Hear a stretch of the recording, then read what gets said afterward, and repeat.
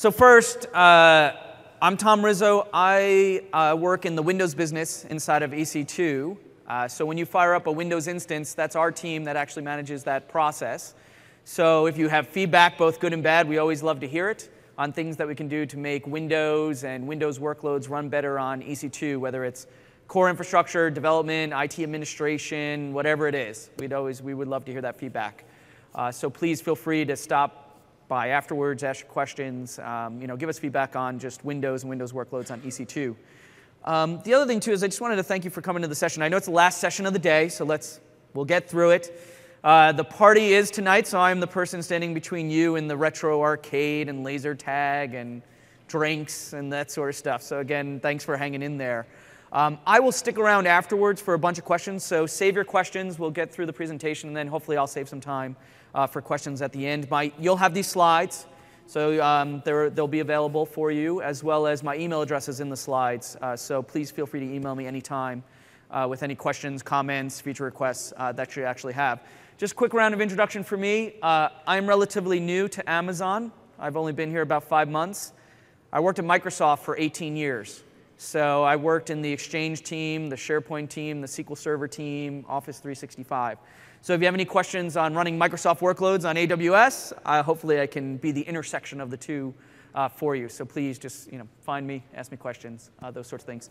This session, we're going to cover the top 10 things you may or may not know about Windows on EC2. And really, it's beyond Windows. We'll also talk about .NET, Visual Studio, all the sort of Microsoft ecosystem on top of the AWS infrastructure. So we won't just talk about EC2 and EC2 instances. We'll talk about things like Elastic Beanstalk, RDS for SQL Server, CloudFormation, all the things that possibly someone who wanted to build Microsoft technologies on the AWS cloud would actually be interested in. So we're going to do, in 50 minutes, it's not going to be super, super deep. I'm going to try and go deep on a couple of things, but I'm going to try and get you going so you understand all the things that you may not have known about on building on top of AWS. So let's dive right in. Just some quick background. I always like to start with a couple of customer stories here. So I used this in my previous session, so if you saw this before, I apologize. But what do all of these have to do with AWS? These are all customers running on top of AWS. So if you take a look at this, Shell is a customer. Recovery.gov, if you're on the wireless network, you can go hit recovery.gov. That is actually a SharePoint for internet sites, internet-facing site, where you can go up and see where the $840 billion of the Stimulus Act actually is going to, which states it's going to, what programs it's actually going to. There's a whole bunch of BI behind that. Mad Men, Lionsgate's the company that actually produces Mad Men, the show. They actually run their SharePoint intranet site on top of AWS. And then USTA, the gentleman from USTA is talking tomorrow. So if you want to learn more about what they're doing on Windows, on AWS, there's a ton there as well. These are just a sampling of some of the customers. We have customers running Exchange, running SharePoint, running SQL Server, running Oracle on Windows. It's not just Microsoft technologies, obviously. It's any sort of Windows workload on top of there. Running BI technologies, running everything across the board. So there is a lot of companies running mission-critical production applications on top of AWS and Windows in particular. So it's exciting to see, and I'm excited to tell you about some of the things that you can do yourselves actually walking out of here. So I did it as a top 10 list, right? And some of this may be basic for you. Some of it may be new things that you can learn. But when I first started about 5 months ago, I went through this sort of learning process of all the things that I didn't know about AWS coming from a Windows-centric background. And so I tried to simulate this all into this top 10 list of things that you may possibly want to learn about. The first one is no AMIs, no problem. If you don't have your own Amazon machine image, or AMI, it doesn't really matter to us. We ship over 300 AMIs for Windows. They're in every region, and they're actually in multiple languages. So you can walk up to the AWS Management Console and immediately launch Windows just directly from the AWS Management Console, right? So you don't have to worry about having your own machine image. Now, I will talk about migration. If you do have existing images, towards the end, we'll talk about migration. You can take those into the AWS cloud. A lot of people don't know that we can take existing images and bring them in. And so I'll talk a little bit about that. But if you want to start fresh, new, you said, hey, I want to launch Windows Server, you can just go up and launch Windows Server. And it's your choice. We offer both Windows Server and also Windows Server with SQL Server. So if you want to have SQL Server Standard, SQL Server Express, or SQL Server Web Edition, both SQL Server 2008 and also SQL Server 2012, we have AMIs for all those different technologies. So you don't have to come with anything. We offer it all to you right out of the box with AWS. The other thing that I wanted to make sure people understood is there is also a free tier. So you may say, oh, but I'm worried about getting charged. I just want to try it out. Right? I don't want to have to go and maybe pay a bill and actually pay for just my trial of AWS. We actually do have a free tier across pretty much all the services. So for Windows, you can fire up a free tier of Windows Server and be able to, as long as you fall within the parameters, right? If you're trying to run a million transactions through SQL Server on that thing, we are going to charge you for that. But if it's just evaluation and you fall within the compute limits or the I/O limits, you don't have to pay. You get 750 hours of free time in a year for the AWS free tier. Same thing with RDS for SQL Server. Same thing with all the Amazon technologies, right? If you want to just try out ELB or Windows Server or Linux or any of the technologies, we do have a free tier across all of them. So definitely take advantage of it. And then the third thing, and then I'll jump into a quick demo, is we do offer all flavors of Windows. So it's not just Windows Server 2008 or 2008 R2. We do also have Windows Server 2003 and Windows Server 2012. Right? So if you want to start with Windows Server 2008 and you want to evaluate Windows Server 2012, try the free tier of Windows Server 2012, right, to see if your application runs on it or the applications that you want actually work inside of that environment. So we do offer a whole bunch of different sets of different AMIs based on your workload needs. Now let me jump into a quick demo. We're going to go fire up a Windows instance, and I'll actually show it to you. So this is obviously the Ec2 Management Console. A lot of people use different technologies to go against Ec2. There's also Elastic Fox. If you're a Firefox browser customer, there's Elastic Fox that will have a UI inside of the Firefox environment. There's a whole bunch of third-party tools you can use. I'm just going to use the main console here. This is my real AWS account inside of here. First thing is, let me just show you a couple of the AMIs that we actually have and some tips and tricks as I go through launching an actual AMI. So I'm going to use the classic wizard here. You'll see in the classic wizard, all of the Linux images are up there. But when I start scrolling down, we see all the Windows Server ones as well. This is just what's in the quick start. So this isn't all AMIs that we offer. This is the ones that the most commonly customers will probably want to launch. But if you want to launch other types of AMIs of our Windows Server that we actually offer, you can go and browse the entire catalog. Now, a couple of things that you see here, 2008, 2008 R2, and 2012. Right? So we do have it, the base images. This tells you that it is free tier eligible. So if I go and launch this and I haven't used free tier already, I can use now, I won't pay for that actual instance being launched, and I can go and evaluate using the free tier criteria and constraints. The other thing, too, is that we do offer not only Windows Server, as I said, but we do also offer SQL Server. So you can go and launch an image with SQL Server Express or SQL Server Web or SQL Server Standard inside of here. You'll see some of these, the free tier is not part of those. So when you do go launch those, you will be charged accordingly based on your usage inside of the environment. So I'll just go and take a look at SQL Server 2012 base. The other thing, too, is you can create your own AMI, so you can take ours and then create your own image off of them and be able to use those or get community AMIs. So you can go in and get, Microsoft itself ships a number of community AMIs that are separate than the Amazon AMIs, as well as third-party, individual users actually ship AMIs inside of there. Let me just pop into the Windows 2012 base. A couple of quick things about Windows Server 2012 that's a little bit different than the other images that are available up there. Is if you go and try and launch 2008 R2, you'll have to select, let's say you wanted our biggest instance, like a compute cluster. You'll have to go select a different AMI than sort of base Windows Server 2008 R2. And there's a reason for that in that the drivers that we use underneath are different for the compute cluster than we do for the base AMIs of the older versions. With Windows Server 2012, we removed those restrictions and ship the latest drivers on the 2012 box. So here you can go and launch Windows Server 2012 on any type of instance type inside of the AWS infrastructure, whether that's a compute cluster, as you see down here, all the way to the T1 micro. Right? So you can just go and launch whatever you want inside of here. So it's very easy to get started on the instance type that you want. The other thing, too, is obviously I can launch inside of VPC or inside of just regular EC2. And then do my CloudWatch, pass some user data inside of there if I need to. One thing I will point out for Windows customers, and this is something new that we added in the last couple of weeks, is so 30 gigs for a root volume in Windows. How much does Windows install take? 27. Yeah, like 27 gigs. That's right. There we go. There we go.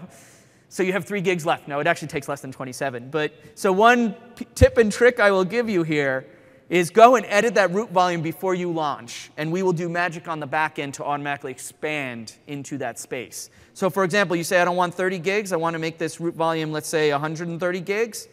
Now, I will give you, the website should tell you this. When you click Save, it doesn't actually pop a message to you, but it actually does save it. You'll see it change down here, right? So, but now you don't have to do anything. What we do under the covers is we extend that EBS volume, and then our Ec2 Config service, which I'll talk about in a little bit, actually goes in, sees that unallocated space, takes your 30 gigs, and extends now that root volume out to your extra 100 gigs to make it 130 gigs.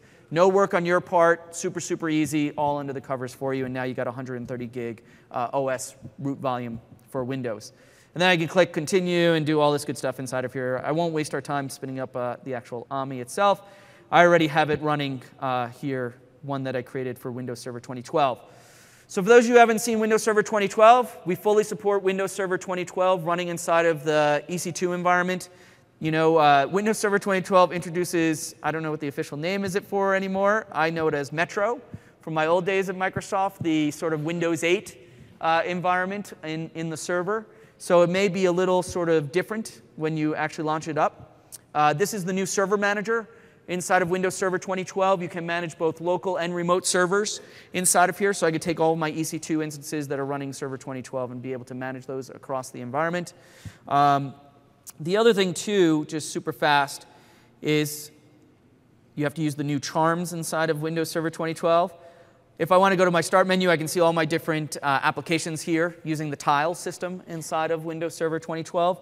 In all of the Amazon AMIs, we install a service called Ec2 Config. Now, I'm going to give you some tips and tricks about Ec2 Config. Number one, don't turn it off. Right? You can shut down the service if you want, but I would recommend against shutting down the service for a couple of reasons. Number one is if you shut down the service, we won't be able to extend that root volume for you. Number two, you can go to the settings of Ec2 Config, and it does offer a lot of different capabilities for you to be able to do things. With Windows Server 2012, we did ship a new version of Ec2 Config. I'll show you some of the new features. You can go and install the latest version on your older Windows servers as well. So if you're running 2003, 2008, 2008 R2, we put Ec2 Config set up into an S3 bucket, and customers can go and download it and upgrade their Ec2 Config. A couple of things that I'll point out in Ec2 Config just really quickly for you as a Windows user is, number one, we can output the event log entries of your Windows server out to the console inside of EC2. So, for example, if I go back quickly to my EC2 console and I go to my instances inside of here, and I see all my running instances inside of here, and I go to my Windows Server instance here, and I right-click and I say Get System Log, that is the console. And so you can see here it spits out a bunch of information about here, hey, Windows activated, here's the version, that sort of stuff. You can say, hey, I don't want to RDP into the instance. I want to know if there's an error in the instance, and I just want to look at the log. Well, if you use Ec2 Config and the capabilities of Ec2 Config, you can actually make it output any errors that it finds or any sort of warnings or those sorts of things directly into that console log. Right? So you don't have to RDP. You can quickly scan the console logs and be able to find any errors that are happening inside of your Windows instances. The other thing, too, is you can take it and re-image. So we allow you to sysprep your own machines. Right? So if you say, great, I want to take the Amazon image and I want to build my own image off of that, you can use that here, and Ec2 Config will actually help you with that capability to create your own images. So you can launch multiple images based off your own AMI inside of here. You'll see we added a new storage tab, so this is some new capabilities inside of Ec2 Config. Here's that dynamically extend OS partition to consume free space. So this is where when you make that 30 into 130, this is, we turned it off because we automatically extended it already. But if you add additional space, we can go and extend into that additional space without you having to do anything. And then the last thing that we added just pretty recently is we get a lot of questions on troubleshooting Windows. What are the best tools that I should use to troubleshoot Windows? So when I call support, we're using the same tools, we're talking the same language, right? I tell them, hey, my network, I'm only thinking I'm getting 100 megs a second when I think I should get 500 megs a second or something like that. Well, we now have this new tab inside of Ec2 Config that tells you how to troubleshoot memory, disk, and network. And these are tools that you can go and take and say, how do I do an analysis of a blue screen of death inside of Windows, the memory dump that it gives me? How do I go and analyze that? How do I diagnose memory leaks inside of my system? How do I do things like SQL stress, Exchange stress, or file server stress and capacity planning for Windows Server? Or how do I actually go network bandwidth and checking routes to make sure that my TCP routing is actually working inside my environment? So as I said, this Ec2 Config is the latest with Windows Server, but you can backport it to older versions of Windows if you would like. We continuously update Ec2 Config. So if there's additional features you would like for us to put into the product, definitely let us know. We're always looking for feature enhancements into the Ec2 Config environment.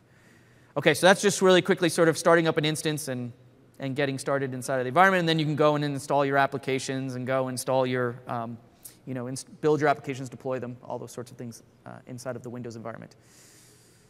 OK, let me switch back to the slides super fast. So the other thing, too, moving more towards developers, is a lot of people don't realize if you love .NET and Visual Studio, so do we in AWS, right? We ship a .NET SDK. We ship tools for Visual Studio that plug right into the Visual Studio environment. And I'll show you a demo of it in a couple of seconds. But if you're a .NET developer, AWS will be super, super natural to you because of just the tight integration we have between our SDK and the .NET development environment.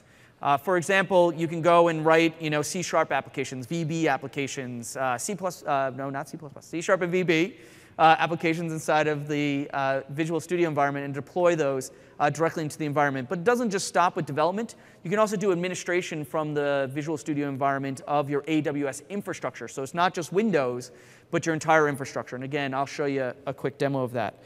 But the other thing that people also don't know is, great, so I could go fire up a Windows instance, and I can go and build .NET applications and I can deploy them, but maybe I don't want to manage instances. Maybe I want auto-scaling inside of there. Maybe I want some simple way to have AWS manage the platform for me.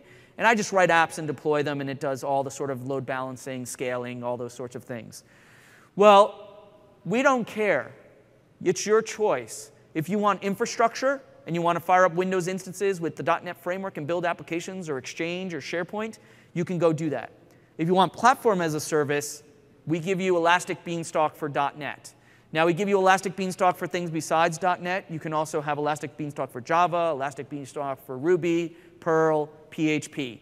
So really, it's EC2 instances underneath, but they're all managed by the Elastic Beanstalk environment. So you don't have to worry about administering those instances unless you really want to. But again, it's your choice on which way that you want to go. It doesn't really matter to the tools, as you'll see in a second. So let me pop back to a demo, talk a little bit about some developer technologies inside of here. So first thing that I'm going to show you here is this is Visual Studio 2012. Very exciting. Oops. And this is the pet board application. How many of you, can I get a show of hands, how many people have tried the pet board application, sample app? Thank you. The two of you, I appreciate that. It's not a very exciting application. You can go and download this today. It's one of the sample .NET applications. It actually leverages the .NET SDK, SimpleDB, and I'm forgetting what else it leverages, but it leverages something else. And it's an application built by someone internally in the AWS team that talks about all the pets inside of AWS. So these are like real pets and real pictures from the AWS team. So you can come and look at someone's bird, Dasha, I guess it is, and see all the different information about the bird, and you can vote. And it shows you how to do things like use the ASP.NET membership service, right, and be able to write your own provider against, like SimpleDB for the ASP.NET member service and be able to log in and those sorts of things. So one of the things that I thought I'd show you here is how you can kind of take and build additional capabilities into this of some of the other AWS services that we actually have in a couple of seconds. So first, let me just show you a couple of things about this sample application. Number one, it's all built in ASP.NET. I'm just running it here inside of my local system. I could deploy it out into the cloud. But as I said, we actually completely support the .NET environment. So in Visual Studio, the first thing you'll see for this application is there is a reference here to AWS SDK. Just like you reference in .NET, like system.xml or system.web or system.data, Amazon has a complete .NET implementation for the SDK. It pretty much wraps the AWS APIs. And if I go and I browse this, so if I bring up the object browser inside of here, and I go and start browsing the AWS SDK inside of here, you'll see auto-scaling is part of it, CloudFormation is part of it, CloudFront is part of it. You'll see EC2's there, SimpleDB, DynamoDB, right? Glacier is there, right? As we add new services, we keep the SDK up to date for those new services and make sure that developers have the latest in the programming environment that they're used to. So directly from C#, I can go and write against all of these different .NET objects offered to me by the AWS SDK. The other thing that we offer too, right, so this is just a typical sort of Microsoft environment. The other thing that we offer too is right inside of Visual Studio, we do offer something called the Aws Explorer. So one of the things we said was you never want to leave your development environment. And we offer the same thing inside of Eclipse. So if you're a Java developer on Windows, you get the same thing inside of the Eclipse environment. But here, I can go directly into the Aws Explorer. And if you're a Visual Studio developer, you might be used to something like the Server Explorer, which allows you to browse things like servers and SharePoint and SQL. The Aws Explorer is very similar in that it allows you to browse your AWS resources. So here's my account inside of AWS. I can select my region, whether I'm US East, US West, Asia Pacific. You can see Sydney's inside of here as well, Tokyo, Singapore. And then I can see not only, as I said, EC2, but I can see all my AWS investments right inside of the Visual Studio environment. So I can see my CloudFront, my DynamoDB, my EC2 instances, right? And I can go and browse those things. I'll select US East for a second here. Most of my instances live in US East. I can go see my AMIs, my instances, my key pairs. If I click on instances here, just like I saw in the console through the web browser, I can see all of my different instances inside of here, right inside of the .NET environment. And I can right-click on these. I see I have my running instances here. And then, again, I can go and get the system log here, just like you saw through the console, through the web browser. Again, I'm in Visual Studio. I'm developing an app. I can do all the same similar sorts of things that I do in the console directly from the .NET environment. I can spin up the instance, terminate the instance, those sorts of things inside of here. So the application, just really quickly on the application, the pet board, it actually uses SimpleDB. You'll see I have this pet board Tom Rizzo here for SimpleDB. If I double-click on that, I can see all my SimpleDB entries inside of here. So you can see the cockatoo. This is Dasha here. Dasha's got a unique identifier here called the pet ID. It's it's a GUID, effectively. His birthday, what he likes, what he dislikes. He loves C# and Java in the clouds, right? He's a very in the cloud sort of bird, I guess. And you can see all this different information inside of here. The other thing too, you can see the query that goes against this. Plus you can even come in and add attributes. So if I wanted to add an attribute to SimpleDB or modify any of the actual values inside of here, again, I can do this all from directly inside of the Visual Studio environment. Now one of the things that I can do is, let's say I finish the application and I want to deploy it. Well, right inside of Visual Studio as well is, let me go select the solution here. Go back to the Server Explorer. Oh, interesting. It's not appearing. There we go. Got to select this. I can go and publish right to AWS, right? So here I could either deploy it to my local server. We would recommend that you may want to test on your local server if you're building a pure ASP.NET application, and then at the end publish to AWS, or you can publish to AWS all the time. But if I wanted to, I could just click on Publish to AWS. It's one-click deploy. It brings up all my information here. Now here's a couple of nice things about it. I could say deploy this to my single instance. So it will create an EC2 instance for me, set the security group inside of it, and it will actually deploy this application out for me. I can say deploy it to a load balancer and auto-scaling group. So as more things start hitting ASP.NET, it will auto-scale it out and load balance across multiple of those. Or I can say, hey, great, I don't want to manage any of this junk. I just want to deploy it out to Beanstalk. And so you can say right from the environment, deploy this out to the AWS Elastic Beanstalk. And this will deploy it out to the .NET container for Beanstalk, and then you don't have to worry about any sort of the infrastructure underneath. Give it a name, go deploy it, and then you can even do incremental deployments. So we don't redeploy the entire application. We actually just deploy the changes to your application up into the environment. So again, if you're a .NET developer, it's very, very simple inside of the environment. OK, in the interest of time, I will continue on, and we'll come back to that in a couple of seconds. The next question that we get is around SQL Server. So a lot of people will say, great, I want to develop for SQL Server, but perhaps I want to put my own SQL Server inside of the environment, or I want you to manage SQL Server inside of the environment. So first and foremost, as you saw, we do ship the SQL Server Aws, and those are fully licensed SQL Server. So let me just talk about licensing for a second, because licensing always comes up when we talk about the Microsoft workloads. There's different types of licensing for Windows in Windows workloads. Windows itself, when you fire up an EC2 instance of Windows, you are fully licensed for Windows. So you can go and use Active Directory on there. You can go and use anything that's in the base Windows license, you are licensed for as part of your EC2 instance. If you go up to the Quick Launch or to the AMI catalog and you create a SQL Server instance using our Aws, you are fully licensed for SQL Server. So there's no additional licenses you need to buy. You're licensed for Windows and SQL Server. So then you can start building applications on SQL Server, and those licenses will actually work for you. Now, there's a couple of choices you have with SQL Server. You can either use our AMI and use that license, or we support a program with Microsoft called BYOL, or Bring Your Own License. And there's an entire page on the AWS. I'll actually show you the page. It's very exciting. AWS License Mobility. And you can come up here and you can learn all about how you can take your on-premises licenses of SQL Server and bring them up to the cloud. And there's a couple of qualifications that you have to have. I won't step you through all the qualifications that you need, but there's just a verification process. And then you can say, great, I want to take my Exchange server, my SharePoint server, my SQL Server Standard or Enterprise, Link, System Center, or even Dynamics CRM, take those on-premises licenses that I'm running, and now take those licenses and run those inside of the AWS cloud. Right? So it really is up to you how you want to do the licensing inside of here. But as I said, if you fire up our Aws for SQL or Windows, you are always fully licensed for SQL or Windows inside of our environment. So it's your choice how you want to do the licensing. Now, if you want us to manage SQL Server for you, there is – oh, actually, you didn't see the web page. I was talking to myself. How come no one ever said anything? I was very excited about the web page. And so here's the web page again, just super fast. And so you can bring all these things up with the BYOL inside of here. Now, if you don't want to manage SQL Server yourself, if you rather have us manage it, we do have RDS, which is pretty much a managed service.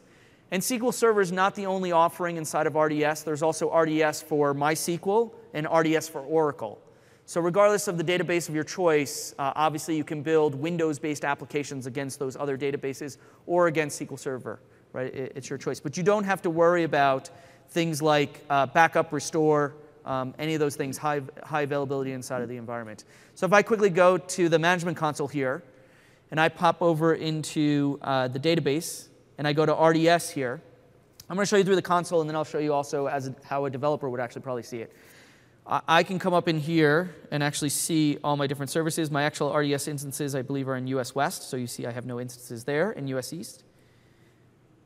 I thought they were in US West. Oh, Oregon. They're in Oregon, I believe.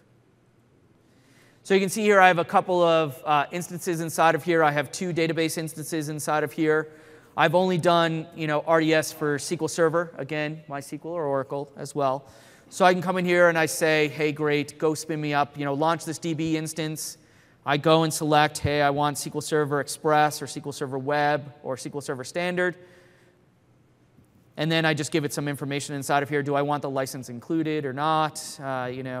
Which version of SQL Server I want. Is it 2012 or SQL Server 2008 R2, depending on my application.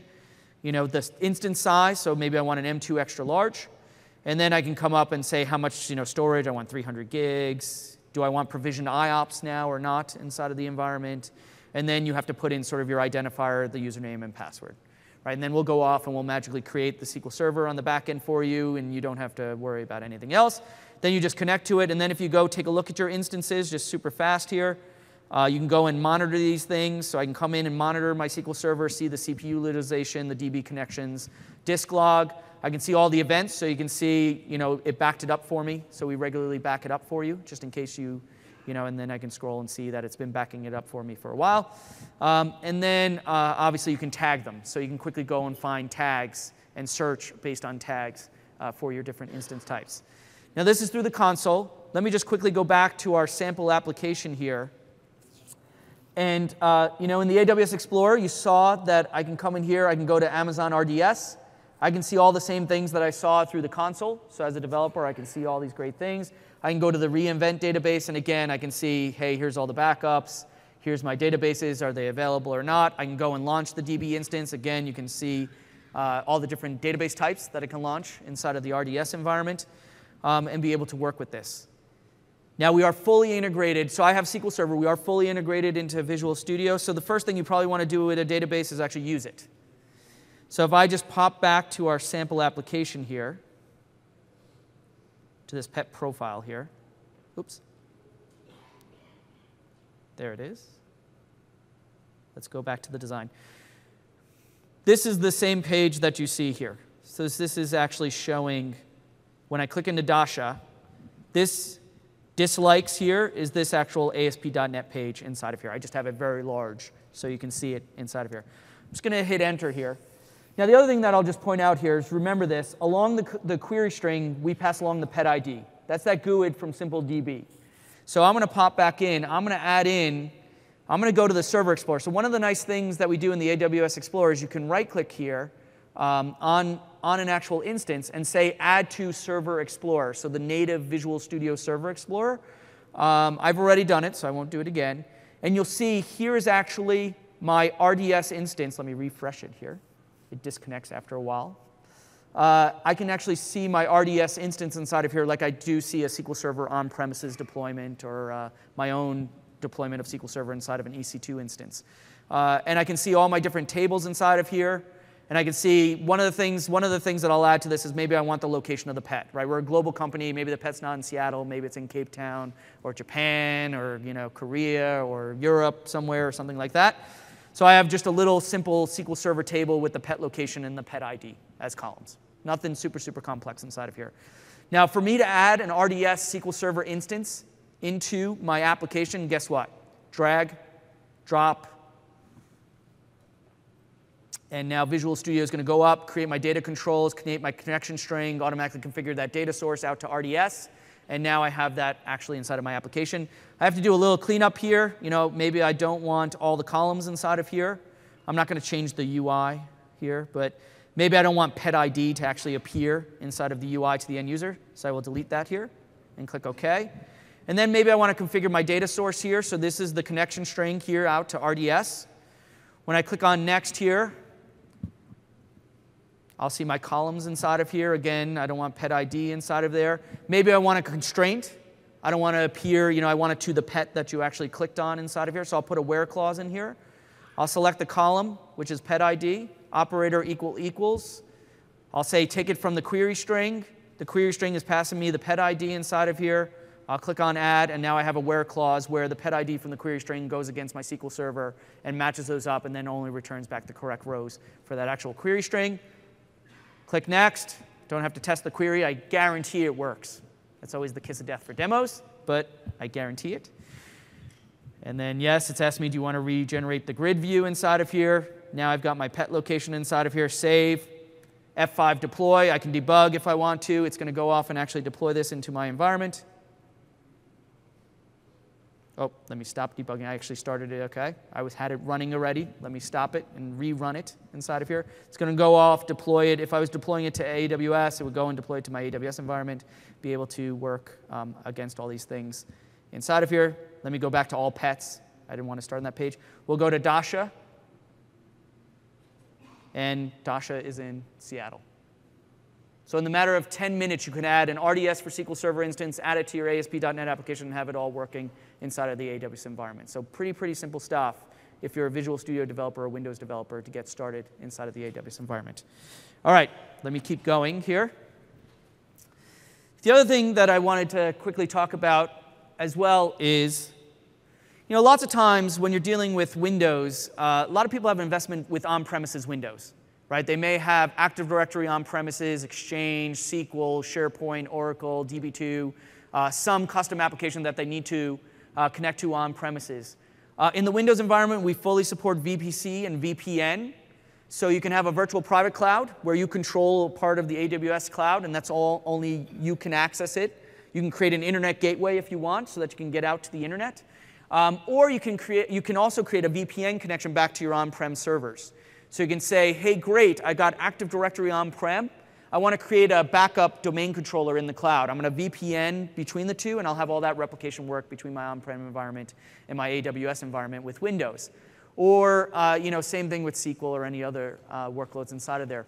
One of the nice things that you'll see is that we do fully support using EC2 Windows Server as a VPC gateway. So directly inside of Windows, and this is Windows Server 2008 R2, it also works with Windows Server 2012, is you can come in and tell Windows to act as a role as a routing and remote access service.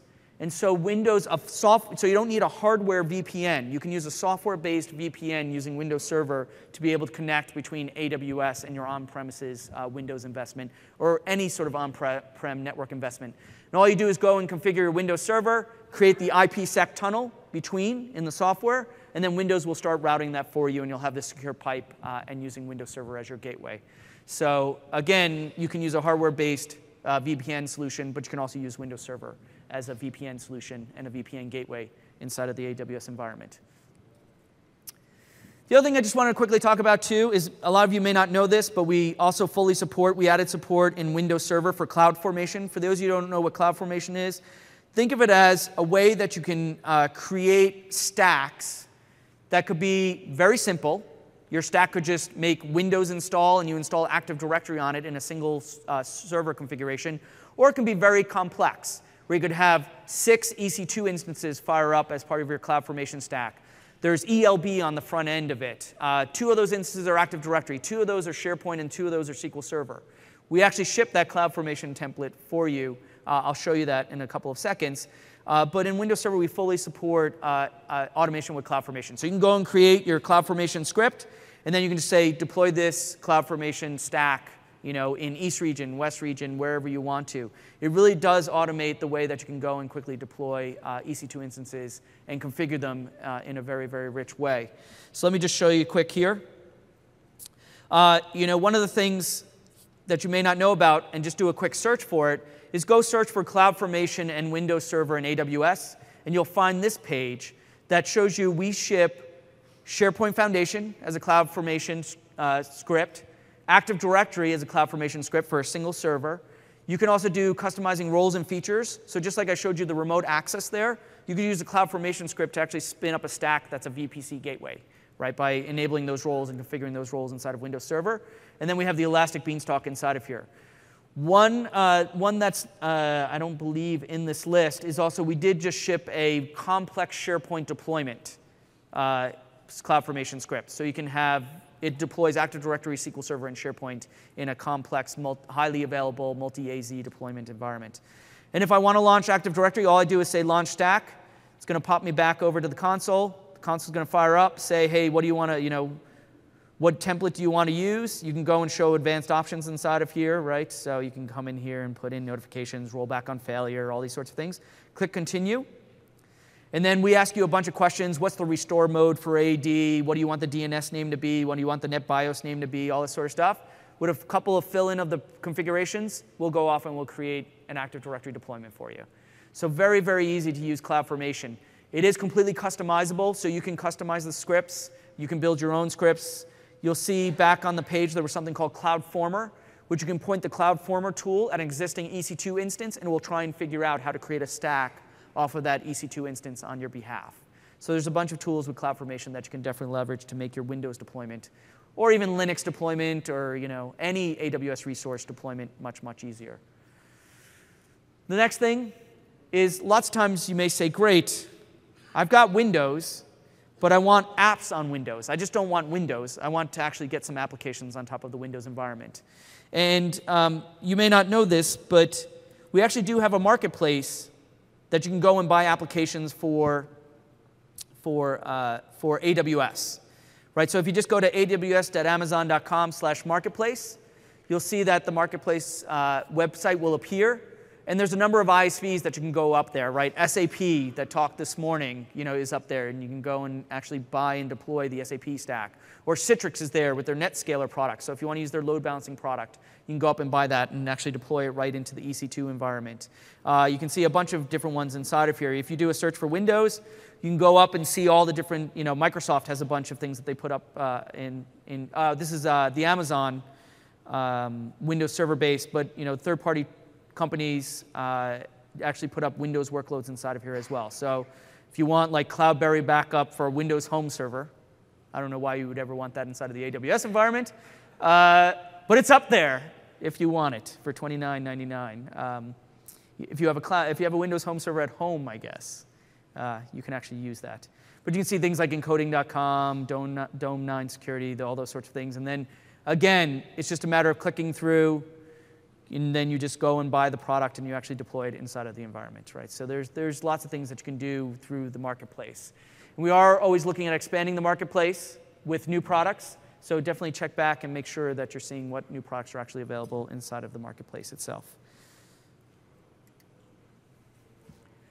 Okay.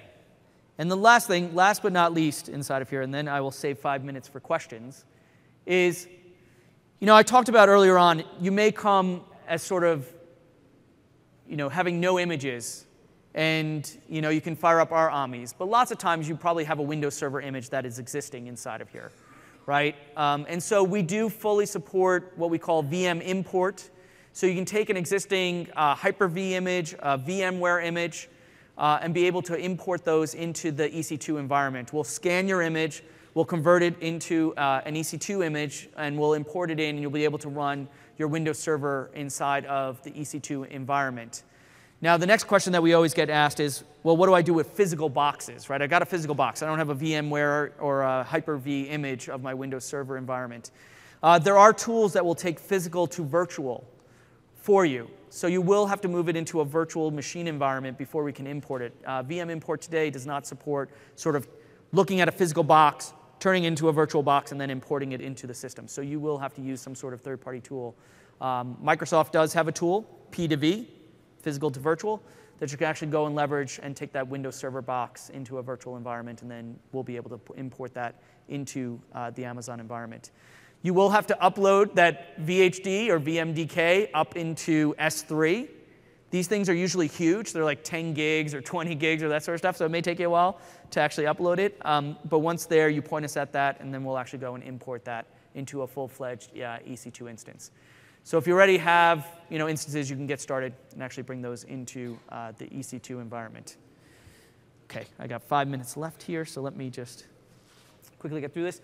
Last but not least, obviously, go take a look at the websites, aws.amazon.com/Microsoft or /Windows or /Windows/SharePoint if you're interested in the SharePoint workload. We do have a Getting Started guide. There is also a bunch of partners that have test drive sites or evaluation sites. So if you want to try out Exchange or SharePoint in sort of a fully featured EC2 environment, there are definitely a number of partners that actually offer that inside of our environment. With that, my email address is up here. Let me open it up for any questions that anyone has in the last 5 minutes. And then I swear I will let you all go on time because I know you want to get to the 6 o'clock party. Yes, sir. And then we'll come up here. Go back there. Do you have any good answers for dynamically scaling web tiers and EC join to an Active Directory domain? So his question is do I have any good advice on dynamically scaling a web tier that needs to be joined to an Active Directory domain? Let me see the best way to answer that. And where's the issue lying for you in terms of dynamically scaling that? Do you want to be, you're worried about being sticky, or where's your concern? Right now, he has a bunch of sheets that join to the domain and turn them off. Oh, you're asking about, you've got a bunch of, let's say, Windows IS. I'm just using IS as the example here, right? I'm not Tomcat or something else. You've got a bunch of Windows instances joined to a domain, right? And now you want to create more of those things, but you want them to fire up domain joined, you're saying. So Microsoft has something called unattended domain join. So you can join them offline, so they don't have to be already fired up, those instances. You can do this unattended domain join them to the domain offline, and then when they fire up, they already be joined to that domain. So go take a look up unattended domain join, and you'll find how to do that. And that's what I would recommend for you. So that the other thing too is you could script out.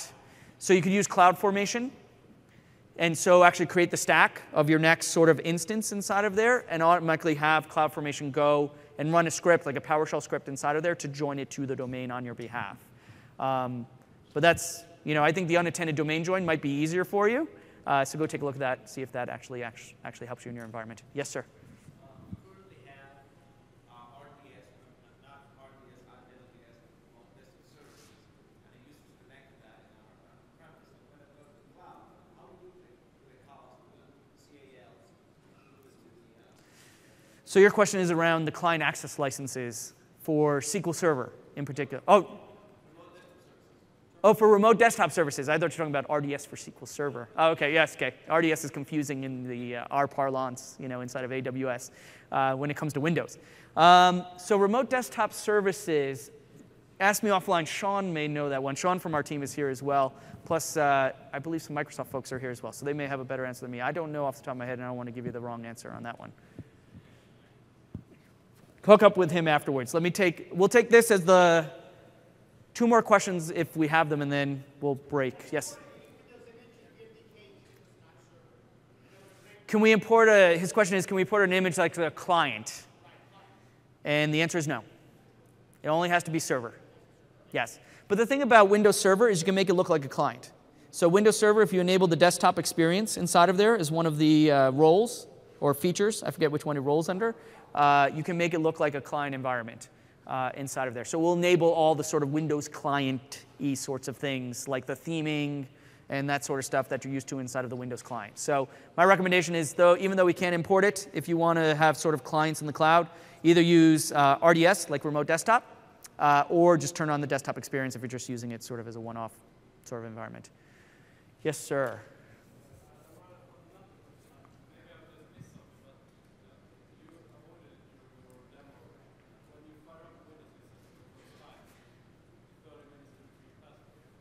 Yes, he has said, what about the password experience? I will rephrase your question.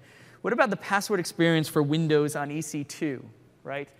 Let me just show everyone what you're talking about. So when I go and fire up an instance inside of, where's my console here? Here it is. And go to my services, EC2. So this goes back to what Andy talked about this morning, which is security is our #1 concern. We believe, so for those of you who haven't seen it, when you go and launch an instance, I'll quickly go and launch an instance inside of here. For a lot of Windows customers, launching an instance, I'll just take 2012. I won't do the extending the volume, right? Though every one of you should, because you will curse yourselves with a 30 gig volume in Windows every time. So you can thank me every time you don't have a 30 gig volume in Windows because of what I told you. You have to go and use this key pairs. Now, for most Windows customers who've installed Windows Server, they say, why aren't you just prompting me for the administrator password, right? Oh, you're asking about just why does the key gen? So let me just step through this and then I'll answer the question. So we use this key pair idea because we actually don't want to pass passwords between, right? We believe it's insecure. So what we'll actually do is we'll actually automatically generate you a password and we encrypt it, right? And it's a randomly generated password that we pass to you. Because you have your private key, you can decrypt that password and we'll actually give it to you. His question is why do you tell me it takes me up to 30 minutes to actually generate that Windows password? And this goes back to, we tell you the worst sort of case in terms of being able to generate that password. Normally, Windows itself, we will have Windows up and running in under 10 minutes. We do have to sysprep the box. It requires a reboot of Windows, all that sort of stuff. We normally are less than 10 minutes to fire up a Windows instance. Of course, it depends on size of Windows instance and that sort of stuff. But once the Windows instance is up, I'm in the wrong region here. Once Windows is up, the way, rather than clicking the Get Password button all the time, if you've used Windows on EC2, my recommendation to you is use the Get System Log. If Windows has not fired up, even though the console may say Windows is ready or whatever it says, I forget the actual wording inside of there, it may not actually be accessible yet because we're rebooting Windows and we have to wait for the network to connect and those sorts of things. The thing that guarantees that Windows is available is if you get a message along the console. And you will see that we generated the password. You see that password there, that thumbprint, and also the password there, the RDP thumbprint and the password. So before you click Get Password, right, so if you fired up a new Windows instance and you come here and you say, hey, go get me the Windows password, you may get an error that says, hey, the password's not generated yet. Go look at the console first before you go click on that button. Because if there's stuff in the console, that means Windows is up and the password was actually generated for you. Does that help? Yes, you want us to make the console better rather than saying running, saying I'm generating the password for you. Yes. Yes. We feel your pain. It is definitely feedback we've heard, and the whole password experience is something we definitely want to take a look at. So feedback loud and clear, and definitely something we want to take a look at. So thank you for reaffirming the work that we hopefully will go do. All right, with that, I will leave you to the party tonight. Thank you for attending, and enjoy the party.